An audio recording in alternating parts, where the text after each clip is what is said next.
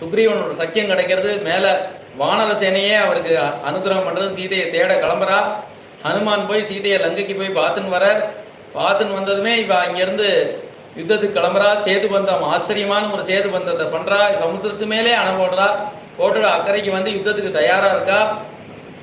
மேலே ஆச்சரியமான யுத்தம் பண்ணி அவ்வளோ பேரையும் துவம்சம் பண்ணி ராவணன் அந்த புத்திரன் பௌத்திரன் சக பாந்தவம்னு அவ்வளோ பேரையும் துவம்சம் பண்ணிட்டு நேர சீதாதேவியை ஏற்றுக்கிற வரைக்கும் கதையை பூரா சொல்கிறான் ஹனுமார் பரதனுக்கு. அந்த பரதனுக்கு 14 வருஷம் அப்பேற்பட்ட தவிப்பு, இன்னைக்கு வருவரா நாளைக்கு வருவரா அப்படின்னு தவிச்சுட்டு இருக்கான் பரதன்.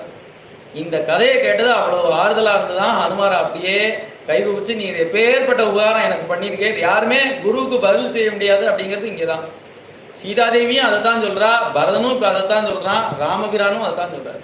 ஹனுமாருக்கு பதிலே செய்ய முடியாதான், அப்படி ஒரு கைங்கரியம் பண்ணுவாரான் அவன்.